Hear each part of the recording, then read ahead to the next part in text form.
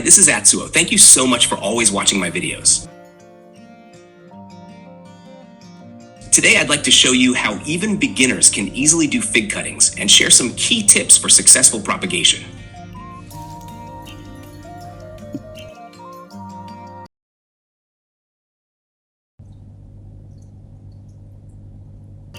It's best to take the cuttings before the plants start to bud. First, I'd like to show you how to prepare the soil mix for propagation. This time, we'll be using 3 materials for the mix: Gunma soil, Akadama soil, and perlite. The reason I chose these soils is that the best mix depends on your environment, but in general, perlite dries out the fastest. It's almost always dry. Between Akadama and Gunma soil, Gunma dries faster. So in order of how quickly they dry, it goes perlite, Gunma soil, Akadama soil. By adjusting the soil mix slightly, depending on where you're doing the cuttings, you can greatly improve your success rate. This time, I'll be doing the cuttings inside this greenhouse. Since it's a slightly humid environment, I'll be using a soil mix that dries a little more easily. So, I'm going to use perlite and Gunma soil with larger particles in the mix to help the soil dry more easily and improve aeration. If you're doing cuttings outdoors in a windy place, using soil that dries too quickly can actually be a problem. It may dry out before the cuttings start to grow roots. So, please try adjusting the soil mix depending on your environment and see what works best for your setup. If you're not sure, the simplest option is to just use Akadama soil on its own. It still works really well for cuttings. Now let's actually mix the soil. The ratio will be about 1:1, 0.5. 1 part Gunma soil, 1 part Akadama soil, and about half a part perlite. This balance gives just the right amount of drainage and moisture retention for successful cuttings. Adding perlite makes a big difference in how quickly the soil dries. Now, let's mix it all together.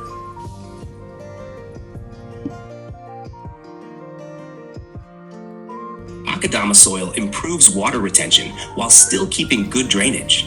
It's one of the soils that helps maintain moisture without staying too wet. The mix I use, Gunma, Akadama, and perlite in a 1:1.5 ratio is highly recommended. This combination works well indoors, outdoors, and even inside a greenhouse, so please give it a try and see how it performs in your setup.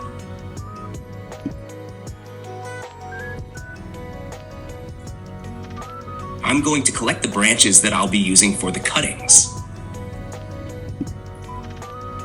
For this demonstration, I'll be using fig branches for the cuttings. Branches that are too thick don't root well, and those that are too thin also have a low success rate. For figs, the ideal thickness of the cutting is about 1 to 2 centimeters. All right, let's collect the branches.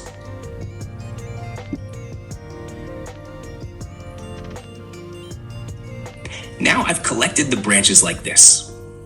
When using these for cuttings, there are parts of the branch that root more easily, and parts that don't root as well. The tip part of the branch can root too, but it's not always ideal. Outdoor shoots may have slight frost damage, and when you use the tip, leaves tend to develop too quickly, causing rooting to be delayed. So the part closer to the main stem has the highest success rate for cuttings. For figs, roots tend to grow well from the nodes, so it's best to bury about 1 to 2 nodes in the soil.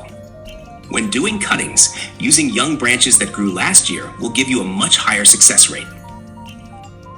Since the cuttings vary in thickness, I'll show you how to prepare each of the 3 different sizes properly. You can sometimes succeed without any special preparation, but I'll show you a method that further increases the success rate. First, let's look at how to prepare a cutting of standard thickness.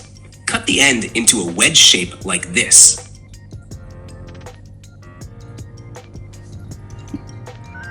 Roots develop from the cambium layer, which is this thin layer beneath the bark. They also tend to grow from the nodes, especially from spots with tiny dots or marks like these. In my experience, those are the areas where roots most often appear.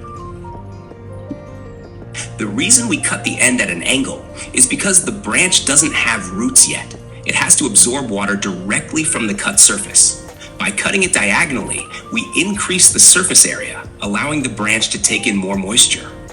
So instead of just cutting straight across with pruning shears, shaping it into a wedge helps improve the success rate of rooting. Next, let's look at how to prepare thin cuttings. We'll also cut these into a wedge shape, but as you can see here, the inside of the thin branch is often a bit hollow or soft, like it has some fiber inside. It's not very strong. That makes it more prone to rotting once it's in the soil. So what I recommend is cutting near a bud. This area of the branch is firmer and more resistant to decay. You'll lose one bud in the process, but cutting from this spot helps prevent rotting. By shaping it into a wedge, starting just below the bud like this, the lower end, the part that goes into the soil, will be in the most decay-resistant section of the branch. You only need to bury this lower part about up to the first or second node in the soil. Finally, when working with thicker cuttings, it can be quite difficult to cut them into a wedge shape.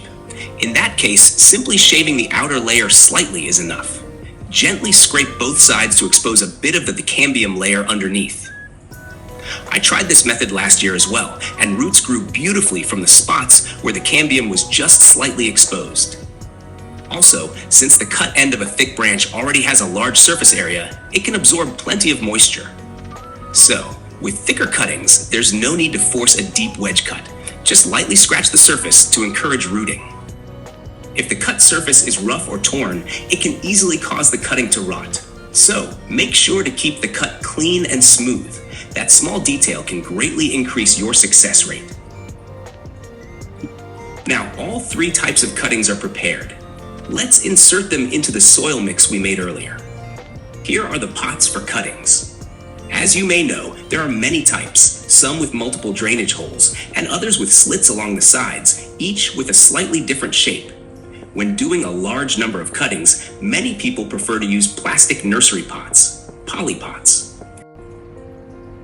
Using polypots is fine, but compared with pots that have drainage holes at the bottom, they can sometimes have poorer drainage and hold too much moisture inside. If you want to maximize your success rate, it's worth paying attention to the type of pot you use. Personally, I don't mind using black polypots, but from my past experience, cuttings tend to root better and grow more vigorously when the pots have proper drainage holes at the bottom.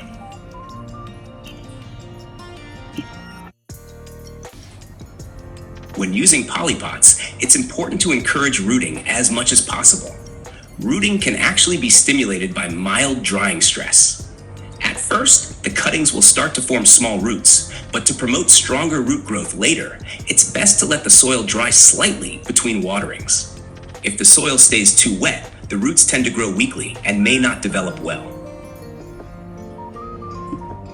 If you want to improve root growth even when using polypots, you can use a hole punch to make a few extra holes at the bottom or along the sides. This will improve air circulation inside the pot compared to doing nothing. With just a little extra effort, you can achieve better root development even when using polypots. The best option is a pot with proper drainage holes at the bottom. Using the soil mix we prepared earlier will also help increase your success rate. Now let's move on to the actual planting. Once the cuttings are prepared, all you really need to do is insert the branch into the soil, just as the word cutting suggests. A common mistake is filling the pot with soil first and then forcing the cutting straight in like this. Take a look. The soil bites into the stem and damages it. This crushes the delicate cells that help promote rooting. So pushing the cutting in from the side like this is a big no. It's NG. So what you should do instead is add a small amount of soil first, then place the cutting on top, and finally fill in the rest of the soil around it. This way, you won't damage the delicate cells of the cutting. It's a simple step, but one I really recommend you always follow.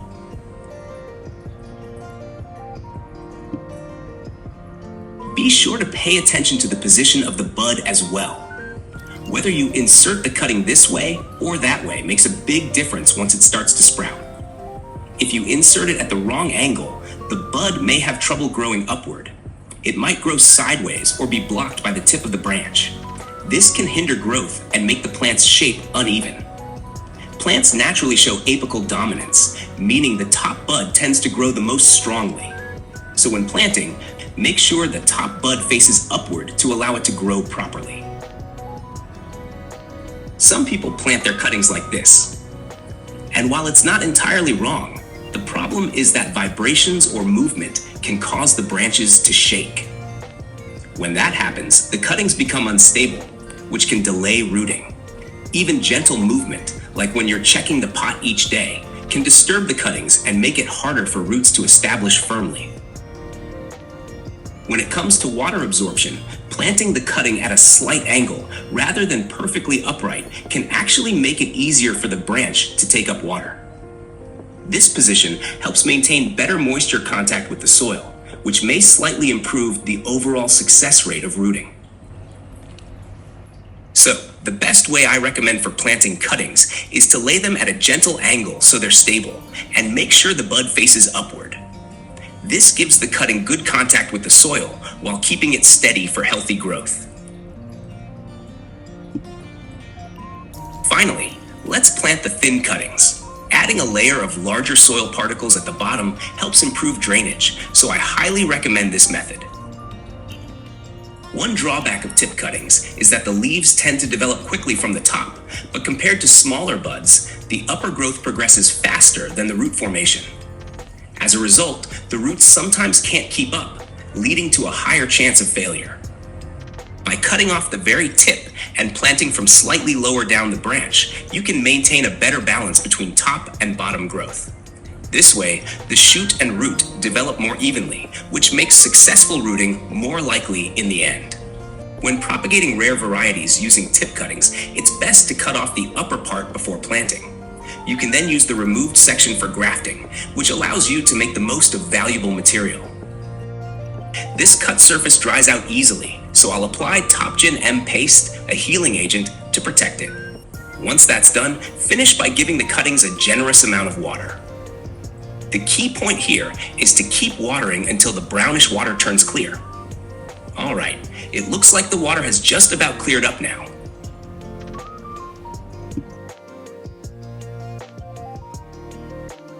When it comes to watering, a common mistake is overwatering out of care, giving water every single day.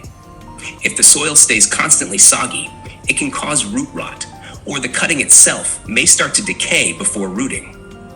As the cutting begins to develop roots, a bit of drying stress actually helps. When the soil dries slightly, the plant sends out many fine roots in search of water, which strengthens the overall root system. So during the propagation process, try to water with the mindset of allowing brief drying periods. That's the key to healthier root growth. So, make sure to water only after the surface of the soil has dried. By doing this, the roots will spread fully throughout the pot, creating a strong and healthy root system. During winter, when heaters make the air quite dry, it's a good idea to cover the pot with a plastic bag or similar to maintain humidity. Proper moisture and humidity control can significantly improve your success rate. Also, just like with outdoor cuttings, watering management plays a major role in whether your propagation succeeds or fails. So please take extra care in managing the moisture levels for your cuttings. So, how was it? Today, I introduced the ideal soil mix ratios, explained which types of branches root more easily, and showed how to prepare and shape the cuttings. Don't think too hard about it. Just relax and enjoy the fun of propagation. Thank you so much for watching until the end. On this channel, I grow a wide variety of figs, tropical fruit trees, and other rare plants. If you're interested, please subscribe and give the video a thumbs up. I'll see you again in the next video or on my social media. Thank you very much.